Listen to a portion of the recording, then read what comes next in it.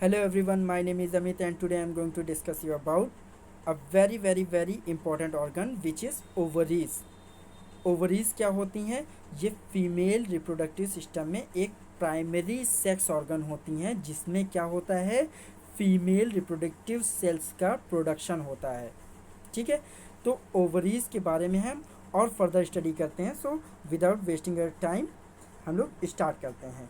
So these are the primary sex organ which produces female gametes. तो ये primary sex organs होती हैं और क्या करती हैं, इनका रोल क्या होता है, ये फीमेल गैमेट्स जिसे हम ओवम बोलते हैं या एग बोलते हैं उसको प्रोड्यूस करती हैं या उसका प्रोडक्शन करती हैं। अगर ये ओवरीज ही ना हो तो फीमेल गैमेट्स बनेंगे ही नहीं, और फीमेल गैमेट जब बनेंगे नहीं तो मेल गैमेट्स के साथ क्रॉस कैसे होगा, फर्टिलाइजेशन कैसे होगा, और जब फर्टिलाइजेशन नहीं होगा तो जाइगोट कैसे बनेगा, और जाइगोट नहीं बनेगा तो एम्ब्रियो कैसे फॉर्म होगा, एम्ब्रियो नहीं बनेगा तो कंप्लीट मैच्योर बेबी कैसे होगा, या फिर पार्चुरेशन की प्रोसेस या बेबी का बर्थ पॉसिबल नहीं है। ठीक है, सो पूरी ओवरऑल प्रोसेस स्टार्ट कहाँ से हो रही है, ओवरीज के इन्वॉल्वमेंट की वजह से या ओवरीज के पार्टिसिपेशन की वजह से। सो आई होप कि आप ओवरीज का एक इम्पॉर्टेंट रोल भी जान गए होंगे, और ये क्या है, एक प्राइमरी सेक्स ऑर्गन है जो क्या प्रोड्यूस कर रही हैं, female gametes. Okay, so continue करते हैं। Ovaries are oval shaped paired organ present on either side of the uterus in the pelvic region. जो ओवरीज होती हैं ये कैसी होती हैं, ओवल शेप्ड होती हैं। कैसी होती हैं, ओवल शेप। ठीक, पेयर्ड ऑर्गन होती हैं बिकॉज जैसे दो फेलोपियन ट्यूब थी उनके एक एक एंड पर ये ओवरीज अटैच होती हैं। Present on either side of the uterus, जो यूट्रस के अगल बगल होती हैं। ठीक है, एक लेफ्ट साइड में यूट्रस के और एक राइट साइड में। ठीक है, और ये किसके थ्रू अटैच है, मतलब यूट्रस और ओवरीज के बीच में कम्युनिकेशन कौन इस्टेब्लिश करा रहा है, फेलोपियन ट्यूब। तो फेलोपियन ट्यूब के थ्रू ये जो ओवरीज हैं यूट्रस के साथ एक कम्युनिकेशन इस्टेब्लिश कर रही हैं। अब ये हैं कहाँ पर, इनकी लोकेशन क्या है, ओवरीज की पेल्विक रीजन में। बिकॉज जितने भी जेनाइटल्स होते हैं, चाहे वो मेल जेनाइटल हो चाहे फीमेल जेनाइटल हो, ये पेल्विक रीजन में ही होते हैं। Several steroid hormones are also secreted by ovaries. जो ओवरीज होती हैं ये फीमेल्स में कई तरह के इम्पॉर्टेंट हार्मोन्स या जिन्हें हम स्टेरॉइड हार्मोन्स के नाम से भी जानते हैं उनको सिक्रीट करती हैं। ठीक है, ये हार्मोन्स क्या क्या होते हैं ये हम लोग नेक्स्ट वीडियो में या जब इंडोक्राइन सिस्टम आप देखेंगे तो उसमें हम लोग इनके बारे में वाइडली स्टडी करेंगे। ठीक है, सो अब पार्ट्स ऑफ ओवरीज के बारे में जानते हैं। तो ovaries consist the following part. So यहाँ पर मैंने एक डायग्राम दिया हुआ है, हालांकि ये पूरा ओवरीज का आउटर पार्ट तो नहीं है, बट ओवरीज के अंदर प्रोसेस क्या होती है उसका पूरा ये डायग्राम है। तो यहाँ पर मैंने केवल, मेरा इंटेंशन ये है कि ओवरीज का स्ट्रक्चर कैसा होता है इसको दिखाने के लिए मैंने ये डायग्राम यहाँ पर पेस्ट किया हुआ है। तो इसका स्ट्रक्चर कैसा है, ओवल शेप मैंने बताया, ओवल टाइप का है। ठीक है, अब इसमें दूसरा स्ट्रक्चर आपको क्या दिखाई दे रहा होगा कि इसमें एक आउटर लाइनिंग आपको दिखाई दे रही है जो पर्पल कलर की है। ठीक है, फिर इसके अंदर क्या दिखा रहा है, कुछ फ्लूइड टाइप का दिखाई दे रहा है। ठीक है, फिर इसके अलावा क्या दिखाई दे रही हैं, कुछ ब्लड वेसल्स दिखाई दे रही हैं। ओके, ये जो येलो कलर के स्ट्रक्चर दिखाई दे रहे हैं इनको आप अभी इग्नोर कीजिए, मत देखिए। ठीक है, केवल इसके स्ट्रक्चर पे ध्यान दीजिए, आउटर लाइनिंग कैसी है और इसके अंदर का रीजन कैसा दिखाई दे रहा है, कुछ मस्कुलर टाइप का, जिसे हम क्या बोल रहे हैं। अब इन रीजन्स की बात करते हैं। जो आउटर रीजन है, जो सबसे बाहर लाइन आपको दिखाई दे रही है, ठीक है, ये पर्पल कलर की एकदम पतली सी लाइन, इसको बोलते हैं ट्यूनिका एल्बुजिनिया।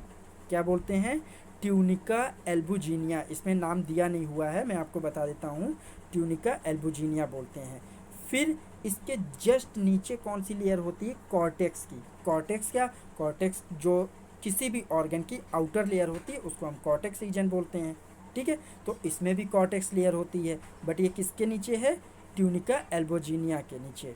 ठीक है, अब ये जो कॉर्टेक्स है ये ट्यूनिका एल्बुजिनिया की लेयर के नीचे जो है प्रेजेंट है, ये किससे कवर्ड होता है, ये कवर्ड होता है जर्मिनल एपिथेलियम से। किससे कवर्ड होता है, ये देखिए लिखा हुआ है जर्मिनल एपिथेलियम से। ठीक है, अब ये जर्मिनल एपिथेलियम किसको कवर कर रहा है, कॉर्टेक्स रीजन को। ठीक है, और ये जो आउटर लाइनिंग है वो क्या है, ट्यूनिका एल्बुजिनिया की। ठीक है। फिर अब बात करते हैं इसके इनर रीजन की या मीडियन रीजन की या मिड रीजन की। तो वहाँ के रीजन, किसी भी ऑर्गन के मिड रीजन को क्या बोलते हैं? मेडुला। ठीक। तो ये मेडुला जो है ये किससे बना हुआ है? कई तरह के एवियोलर टिश्यूज़ हैं उनसे बना हुआ है। ठीक है।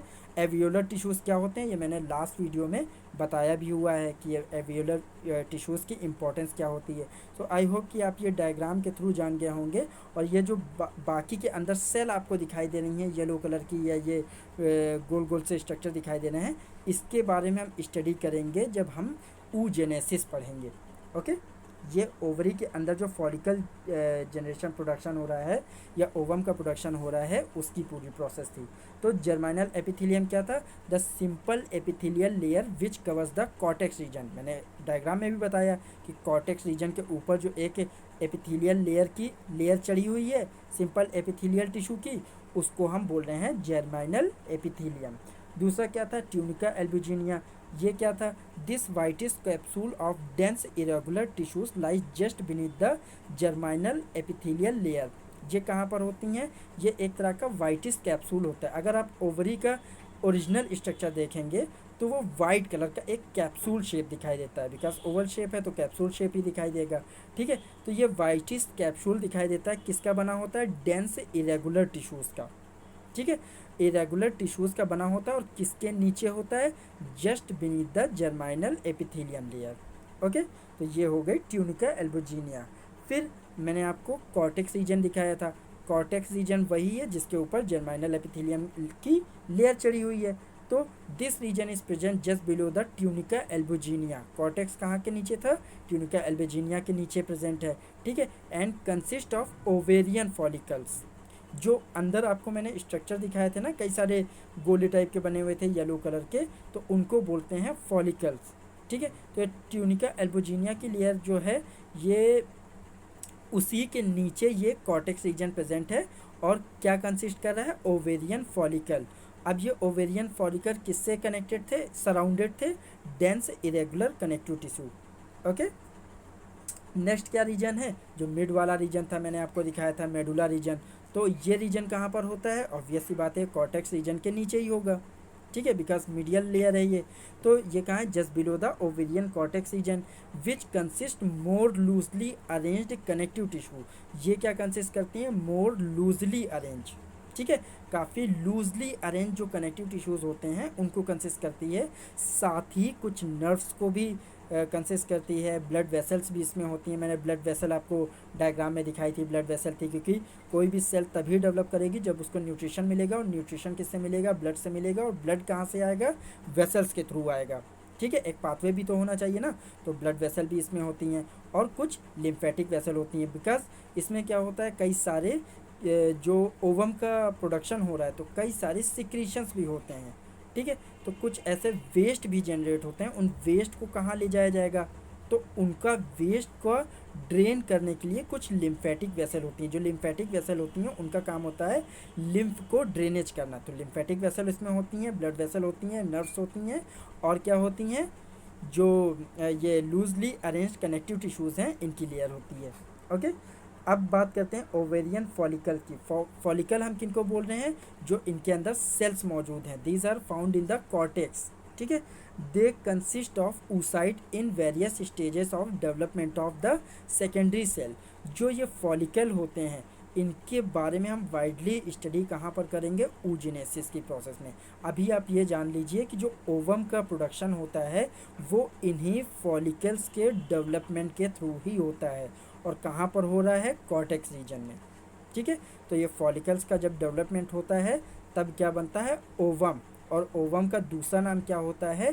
Secondary cell. बिकॉज ये सेल के अंदर सेल होती हैं और रप्चर प्रोसेस के थ्रू जनरेट होती हैं, तो इनको सेकेंडरी सेल बोलते हैं।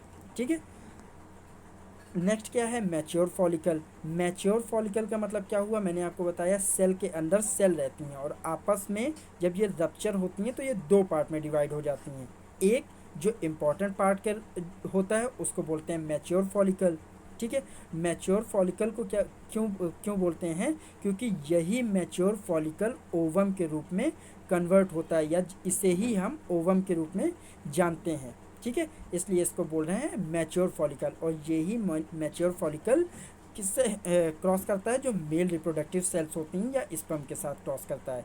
ठीक है, और जो एज रिजल्ट एक रेस्ट ऑफ द सेल निकलती है जिसके अंदर से ये मैच्योर फॉलिकल निकला है, तो वो क्या करती है, उस मैच्योर फॉलिकल को नर्चर करने का काम करती है, मतलब न्यूट्रिशन प्रोवाइड करने का काम करती है। ठीक है, तो ये रप्चर जो होता है ये होता कैसे है, ये दो सेल होती हैं एक के अंदर एक, इस तरह से। ठीक है, फिर इनके अंदर एक फ्लूइड भरता जाता है, भरता जाता है, भरता जाता है, और जब ये फ्लूइड पूरी तरह से भर जाता है तो जो आउटर वाली लेयर रहती है ये रप्चर हो जाती है, आउटर वाली लेयर रप्चर हो जाती है, फट जाती है। इसके अंदर से एक ये जो दूसरी जिसे हम मैच्योर फॉलिकल बोल रहे थे ये फ्रीली मूव हो जाता है, और ये जो आउटर लेयर रहती है इसी को बोलते हैं कॉर्टेक्स ल्यूटियम, और जो अंदर से सेल निकली है उसको बोलते हैं मैच्योर फॉलिकल या फिर सेकेंडरी oocyte। ठीक है, कैसे आया, दो सेल थी, एक के अंदर एक ग्रोथ करती जा रही थी, डेवलपमेंट करती जा रही थी, और डेवलपमेंट कैसे हो रहा था, उसके अंदर एक फ्लूइड बढ़ता जा रहा था, बढ़ता जा रहा था। एज रिजल्ट क्या हुआ, आउटर लेयर फट गई और अंदर से सेकेंडरी oocyte अलग हो गया, और जो बाहर वाली कोटिंग वाली कवरिंग वाली लेयर थी जिसको हम कॉर्पस ल्यूटियम बोलेंगे वो अलग हो गई। ठीक है, अब ये कॉर्पस ल्यूटियम क्या करती है, प्रोजेस्टेरॉन का सिक्रेशन करती है, और साथ ही साथ इस सेकेंडरी oocyte को नर्चरिंग प्रोवाइड करती है, नर्चर करती है। ठीक है, so this is a large fluid filled follicle which is ready to undergo ovulation due to release of secondary oocyte। मैंने आपको बताया सेकेंडरी oocyte और कॉर्पस ल्यूटियम अलग अलग होते हैं। ठीक है, कॉर्पस ल्यूटियम भी आपको बता दिया, तो कॉर्पस ल्यूटियम इसमें क्या लिखा हुआ है, this is the fragment of mature follicle left behind after ovulation, मतलब जो सेकेंडरी oocyte निकला और जो rest of the outer covering बची है उसी को बोल रहे हैं कॉर्पस ल्यूटियम, जो रेस्ट पोर्शन बचा हुआ है। इट प्रोड्यूसेस प्रोजेस्ट्रॉन, ये जो कॉर्पस ल्यूटियम होता है इसका इंपॉर्टेंट रोल होता है, ये क्या करता है प्रेगनेंसी के टाइम पे या जब फर्टिलाइजेशन हो जाता है तो ये कॉर्पस ल्यूटियम क्या करता है, प्रोजेस्ट्रॉन का सिक्रेशन करता है, और ये प्रोजेस्ट्रॉन एक तरह का हार्मोन होता है जो कि प्रेगनेंसी में बहुत ज़्यादा इंपॉर्टेंट रोल प्ले करता है। ठीक है, साथ ही ये क्या करता है, एस्ट्रोजन को भी स्टिमुलेट करता है, और साथ में क्या करता है, इनहिबिन एक हार्मोन होता है, रिलैक्सिन एंड इनहिबिन को भी स्टिमुलेशन करता है। ठीक है, सो अब इसके फंक्शन जान लेते हैं। Ovaries releases the ovum, ovaries का मेन रोल क्या था, ओवम का जनरेशन करना या एग्स का प्रोडक्शन करना। दे सीक्रेट एस्ट्रोजन एंड प्रोजेस्ट्रॉन, तो ये एस्ट्रोजन और प्रोजेस्ट्रॉन, बिकॉज जो ये सेल अलग अलग हो रही उसी से तो ये कॉर्पस ल्यूटियम बन रहा है, और कॉर्पस ल्यूटियम किसके लिए रिस्पॉन्सिबल है, प्रोजेस्ट्रॉन के सिक्रेशन के लिए, और दूसरा एस्ट्रोजन के सिक्रेशन के लिए। ठीक है, अगर उसमें रप्चर ना होता, ये अलग अलग सेल ना फॉर्म होती तो ना प्रोजेस्ट्रॉन का सिक्रेशन होता ना एस्ट्रोजन का सिक्रेशन होता। तो ओवरीज के जो दोनों अलग अलग पार्ट हैं ये एक मेजर रोल प्ले कर रहे हैं in the secretion of oestrogen and progesterone, और ये दोनों हार्मोन प्रेगनेंसी के टाइम पर एक मेजर रोल प्ले करते हैं। They also secrete inhibin which participate in feedback control of pituitary FSH production.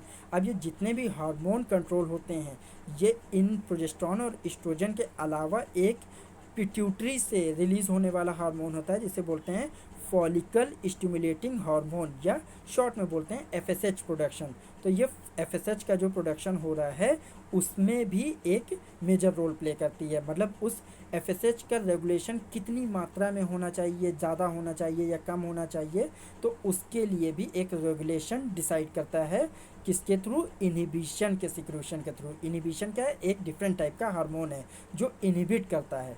ठीक है, तो ये सारे टर्म या सारे हार्मोन आप जब oogenesis पढ़ेंगे नेक्स्ट वीडियो में तो उसमें आपको पूरी तरह से क्लियर हो जाएंगे।